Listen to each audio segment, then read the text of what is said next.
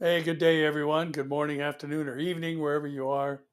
Hope you guys can tune in here. I got some things to talk about that we've been watching develop, and I wanted to bring a couple of things to your attention regarding what's going on in Israel. Let me preface everything by first saying, make sure you're continuing to pray, obviously, for the peace of Jerusalem and also for Amir and Pastor Mike is still over there as well. The young adults tour is going to shift over into Jordan and fly home from Amman on Saturday. So they'll be out of harm's way, so to speak, and they've never really been in any danger. But I'm sure parents have been worried about what's going on with the group that's been over there, knowing how often Iran has been firing on the nation of Israel and vice versa. But one of the things I wanted to kind of throw out there today, it's been curious to me that I haven't really heard anything from Erdogan, and he has not been silent, but obviously his comments have been kind of overshadowed by many of the other things going on, stuff coming from Netanyahu, as well as the Ayatollah. But there's some curious things going on, and we've been talking about, the fact that there's potential for this to lead to some prophetic fulfillment. Now, we're certainly living in interesting times. I personally believe that we are in that generation that will not pass away before all the things recorded in the Olivet Discourse take place, which will include the removal of the church and the revealing of the lawless one and all these other things that are associated with the coming tribulation, the 70th week of Daniel. Now, part of this, I think, has been potentially leading to the onset of the Ezekiel war scenario. And we have to remember that the players involved are not simply the Iranians or Persia, as are named in that passage of Ezekiel 38 and 39, but also Turkey under multiple names given there, as well as Russia, and also Libya and Sudan are named there. And these nations, by and large, are radical Islam or represent the majority of radical Islam with the exception of Russia. But all five share an economic interest in that they're all energy producing nations. So, it's unusual for Erdogan not to be firing off with some kind of comments. And he did comment just a couple of days ago. And I want to share with you a couple of things that are happening regarding Islam in general and what all this potentially could lead to. Now, Erdogan said in the Turkish paper that I follow, the Daily Sabah, says Israel's attacks on Iran driven by a covert agenda. And President Erdogan criticized Israel's attack on Iran, saying that Tel Aviv began striking Iran under the pretext of dismantling their nuclear program, but they actually have hidden motives. Now, the interesting thing about this article that it never reveals what the hidden motives were. He's just simply any opportunity to attack Israel verbally or insult Israel or demean Israel. He seems to take advantage of that, and this is no exception.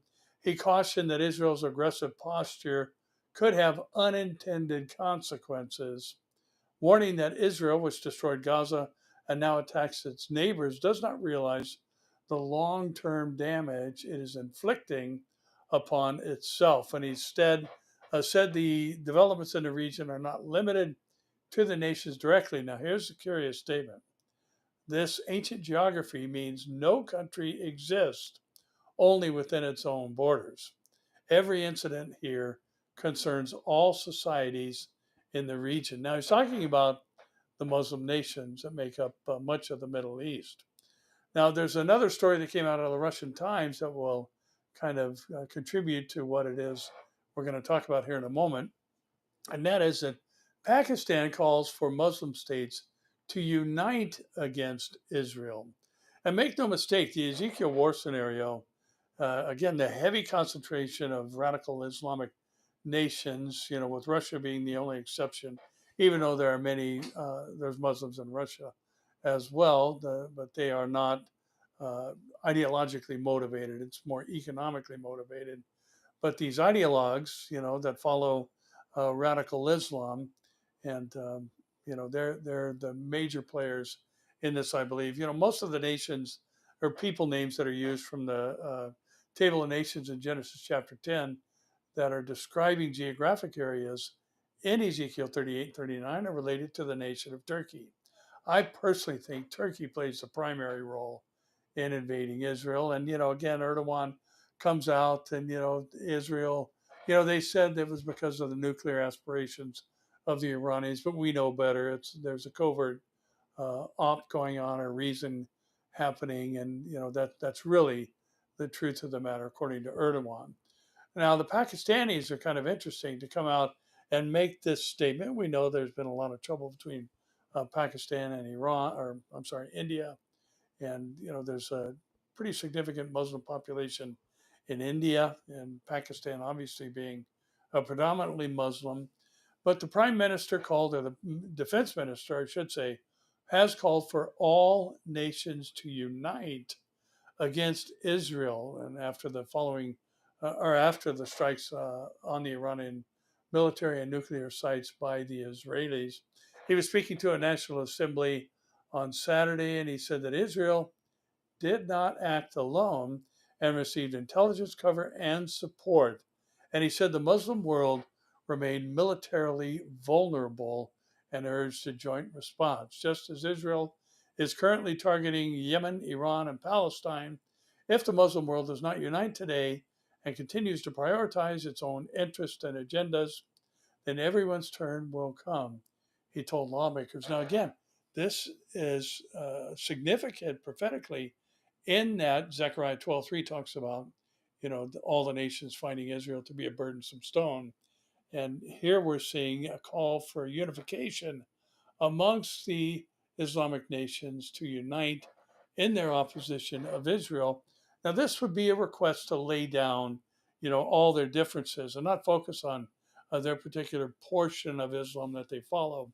And this is what I really wanted to talk about here today, because it's something that I think we need to keep in mind. And we're talking about the distinctions between Shia and Sunni Islam. Now, Al Jazeera says, and this is the English version that is available here in the States, Netanyahu says killing Iran's supreme leader will end the conflict. And Netanyahu has refused to rule out the possibility of targeting Iran's supreme leader and says it's not going to escalate the conflict, it's going to end the conflict. And this was an interview with the U.S. station ABC News, where he was asked directly whether such an action was on the table.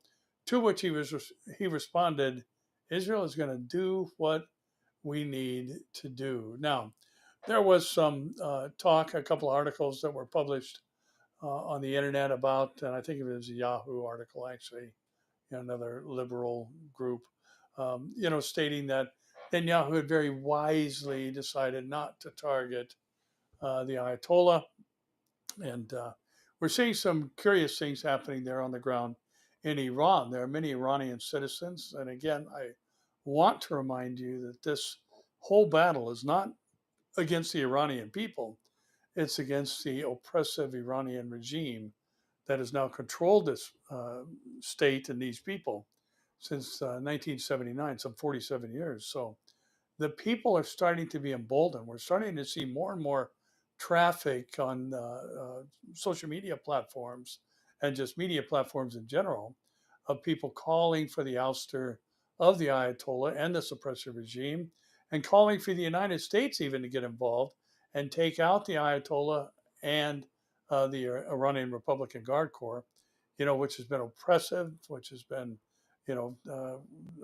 Masa Amani, I think, is how you pronounce her name, a couple of years ago did not have the whole of her hair covered by her hijab, and she was taken by the modesty police and wound up getting beaten to death while in the hands of the Iranian Republican Guard.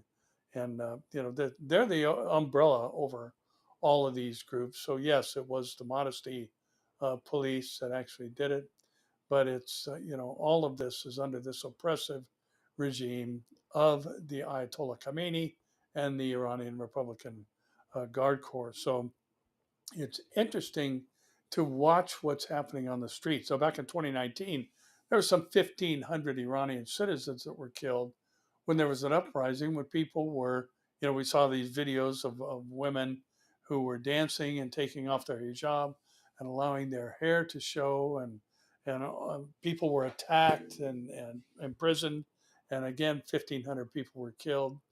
But here's the thing I wanted to point out today, because there are some rather interesting things that have developed of late, and I think the relationship between especially Saudi Arabia and the developing relationship, I should say, between Saudi Arabia and the nation of Israel is largely because of the animosity of the Shia Sunni relationship and Israel's response now to the aspirations of the Iranians and their nuclear desires to have a weapon, or desires to have a nuclear weapon, are part of why Saudi Arabia has been making diplomatic overtures toward the nation of Israel because of its shared hatred for uh, Iran. Now, let me show you a map here real quick and give you a picture and an idea of the Sunni Shia balance, so to speak. And this map will show you in the dark green areas the heaviest concentration of Shia Muslims is in Iran. Iraq has a strong percentage. The light green areas show a far lesser percentage of Shias in the nations of Turkey, Syria, Afghanistan, and Pakistan. They're predominantly Sunni Muslims, and then all the areas that are in yellow, or the lighter yellow, that is, with the country names in them, are by far predominantly Sunni Muslims. So you can see, just in looking at the geography and the relative area that is covered in comparison to the dark green or light green areas, there are far more, some 85% of all Muslims are Sunni Muslims. And ever since the onset of Islam, there have been wars between the Sunnis and the Shias because they have two different perspectives on who ought to be the replacement for um, Muhammad, and who ought to be the caliph, the head of the Islamic movement. And, the Shias want to see somebody who is a blood relative, where the Sunnis believe the most qualified of Islamic scholars ought to be the one in charge. And like they do with infidels, they're actually killing one another. So currently, what we're seeing is Netanyahu has come out and Israel has come out. I think it was the defense minister who made mention of the fact that they are actively seeking out the Ayatollah Ali Khamenei for assassination. They've, taken out a bunch of other leaders. But here's, I think, what we need to understand, especially with the Western mindset today, and so much, really just ignorance regarding this particular issue. I don't think it's going to be a cause for war if they take out the Ayatollah Khamenei. I think, well, I know for sure on the streets of Tehran and the whole of Iran, there'll be celebration, because he's been the one who has headed up this, oppressive regime, the Ayatollah uh, uh, Khamenei. Prior to this Ayatollah, gosh, I'm trying to think of the guy's name, the previous Ayatollah, and Khomeini versus Khamenei. They've just been oppressing these people, these wonderful Persian people who want to raise their kids, have a family, and just go to work and enjoy themselves. And I've encouraged you before, take a look at some old footage pre 1979 of the streets of Tehran and other cities in Iran, and it's going to look like anything Iran. It's going to look like anything in the United States. Very modern, dressed people, out having fun, and scenes at the beach and other things that you would expect to see here in Western culture. And now, if you look at any given place in Iran, there's women in burqas, covered head to toe, with just a slit for their eyes. And of course, the men walking around in Western clothing and free to move around because of all the modesty laws for women there. And, so there's going to be a celebration on the streets of Iran uh, should the Israelis be successful in taking out the Ayatollah. But it's not going to spread like wildfire into other nations and create an uprising like the Pakistanis are calling for, which is kind of curious because they're predominantly Sunni as well. But the watching all this stuff happen, there is a unifying factor to this within the Muslim community, at least those who want to see a caliphate established. Erdogan certainly has aspirations to renew the glory days of the Ottoman Empire, and the Sultan he has in mind to oversee all this, of course, is himself, where Iran believes that there is a coming 12th Imam. And there's even been reference to him already being here, according to some of their writings and publications, that they believe he's going to resolve an apocalypse that arises. And so they have a responsibility to bring about this apocalypse, this this chaos, I should say, on the earth for the 12th Imam to come and resolve. So within their eschatology is a need for war and all of this chaos that this guy's going to bring about. Well, the Sunnis don't have that same eschatology. So, I don't think that if the Ayatollah is eliminated, that we're going to see this huge Muslim uprising. Of course, there'll be some dust in the air, no question about that. You still got 15% who are Shia, but the large portion of Sunni Islamic nations are not in support of Iran, and I think are probably pretty grateful for what Israel is doing. So, is this prophetic in nature? I think it certainly a spoke on the wheel. I don't know that all that we're seeing right now, we can say, look up this verse or that verse in this book, and here's where that is recorded in Scripture. But it sure is feeding into things that are going to reach their fulfillment. I believe some during the church age and others after we're gone. So, just wanted to kind of bring you up to speed on some of the stories happening outside the nation of Israel, the calls for a unified Muslim response by Pakistan to the Israeli attacks on Iran. Basically, Israel's doing a favor to the world because, it's not just Israel that the Ayatollah wants to see eliminated. It's also the United States, or really any Western culture, any infidel they want to see destroyed. So, and that's what they do within their own country. So again, recognizing where we are, I think we're late in the game as far as it pertains to church history. I think the church age is about to come to an end. So let's make sure we're out there telling people about Jesus. Let's make sure that other people are coming to know the one who has offered salvation to all mankind. Remember, Jesus died for the sins of the whole world.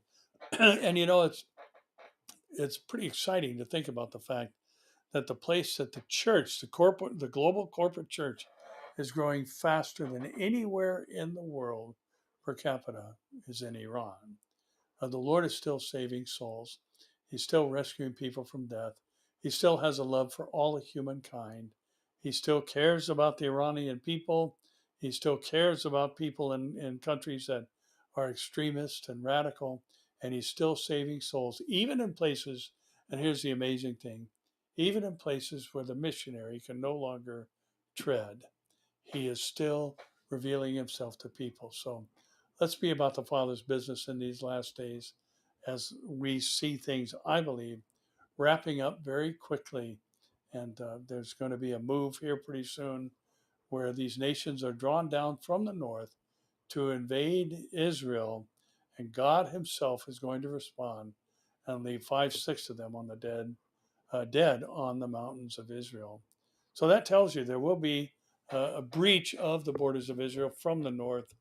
And we've long talked about the fact that Iran and Turkey and Russia all have a military presence in Syria, and so that's just kind of preparatory for what's going to happen. And that puts 3 of the 5 named nations in the geographic region of the world where they're going to be drawn down from. So things are pretty lively prophetically right now. I think we're seeing things that generations have wondered about and pondered, and we're the privileged generation to watch them unfold. So anyway, just wanted to jump on, give you a little update as to what's been happening with Mr. Erdogan, and he has not been silent. And typical comments, Israel has an ulterior motive, but he doesn't say what that is.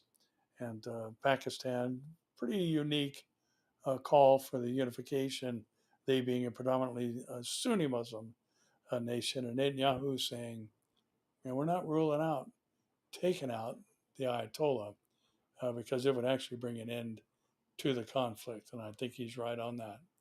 So, well, that's it for this time. And just encourage you, um, keep the faith and keep looking up. Our redemption is drawing nigh. Well, that's it for me. I'm Barry Stagner. Please, would you subscribe, like, comment, and share? And thanks for those who are so faithful in doing so. I love seeing some familiar names pop up in the region of the world that you're from. It just makes it uh, really exciting to see people all over the world via this internet, which is used for evil and good, be used for good and getting out the word of God. So God bless you, and we'll see you here, there, or in the air. God bless.